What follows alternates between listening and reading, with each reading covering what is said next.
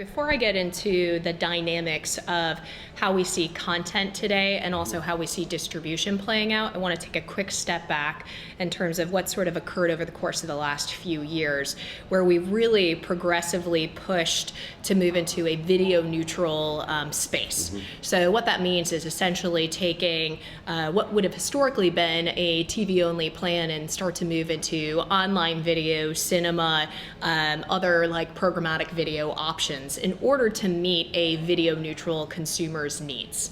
And what we've seen now is an explosion of the golden age of content. And what is really powerful is that consumers actually want and demand smarter content than ever before. That's why you're seeing the rise of House of Cards, or you're seeing The Walking Dead actually do better than the opening ceremonies of the Winter Olympics. Pretty incredible statements around both content development, but also the power of TV. So while there certainly is a dynamic of supply and demand, a erosion in supply on more of the broadcast networks, you're seeing a rise in supply of different cable networks driven by quality programming.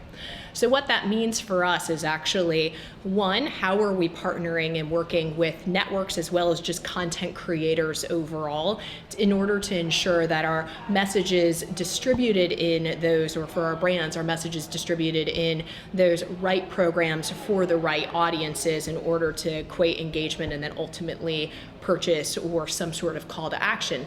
The second thing is really around the power of storytelling. So how do we actually ourselves, as creators of content with our brands as partners, make sure that we're delivering smart brand-owned content into those programs? And that could be distributed via TV, that could be distributed via your mobile phone, that could be distributed via your tablet.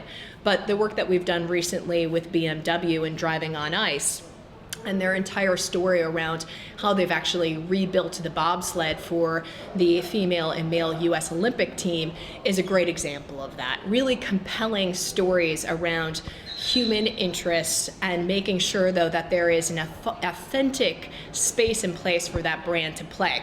That then is programmed both on NBC, it's programmed through online video, it's programmed in mobile, and then it's also programmed programmatically. So seeking out specific audiences and delivering the shorter, smaller, broken down content capsule of that work to the right audiences in order to drive performance. So it's all collectively coming together, but the great news is that best-in-class content is alive and well, and that it is being developed by, I think, both the studios as well as by brands. And now we have distribution mechanisms that are unparalleled than ever before and really driving results. Facebook has been on a journey to figure out video for quite some time. And I think one of the things that's really powerful for Facebook is that they're moving more into the branded space. They have done such an incredible job with the direct response side of it. What they haven't necessarily landed is how they actually own video from a brand perspective. And their whole positioning is really around this newest or this latest video product is to be like a tent pole that delivers a 150 million plus audience in any given individual day.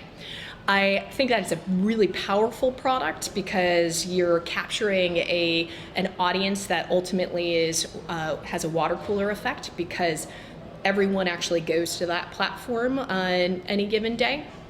The challenge, though, I think, is that we more and more from a advertising perspective are looking at an always-on approach to building a brand or driving against key performance metrics. It could be building a brand, it could be actually trying to drive purchase, and that happens every single day of the year. It doesn't happen just one single day. So the thing I look forward to with Facebook is not just having an opportunity to use their platform for stunt videos, but to actually use it as an always-on platform to connect and engage with consumers and bring that story-led marketing content to life for brands. So ROI, to probably take a quick step back, there are, from a market mix modeling perspective, there are third-party providers that do a lot of different market mix modeling work or ROI work, all the way to in-house solutions. So we have our own data and analytics team that will do market mix modeling or econometric modeling, all the way to working with a third-party provider.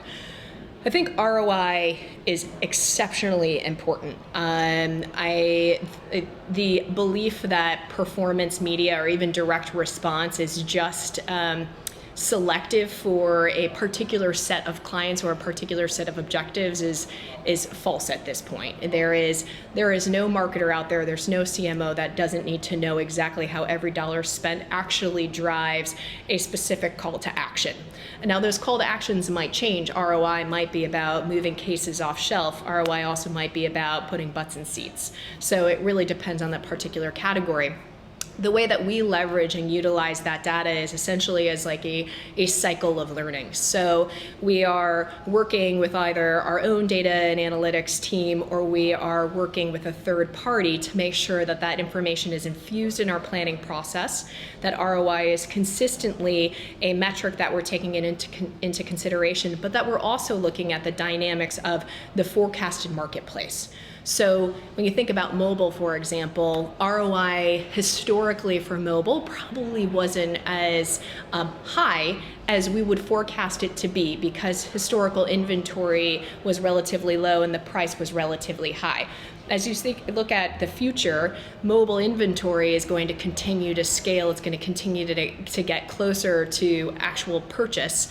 And so we need to make sure that we're taking that into consideration, and that we're also buying mobile at the right type of level to feed into those market mix models to be able to get a realistic result. So collectively, market mix modeling and ROI is more important than it's ever been before. And what we've found as it relates to the content story that or the content question you were originally asking, is that custom content is 8 times more effective than any other traditional channel. So it goes back to performance and making sure that everything can work harder and can break through to an audience that sees over 1,500 ads a day. We've gone to all these different places and been able to embrace the culture there. We learn what other agencies are like and how we can take all these best practices back to your own agency and really learn. And the best part, we always talk about, it's not about talking, it's about doing.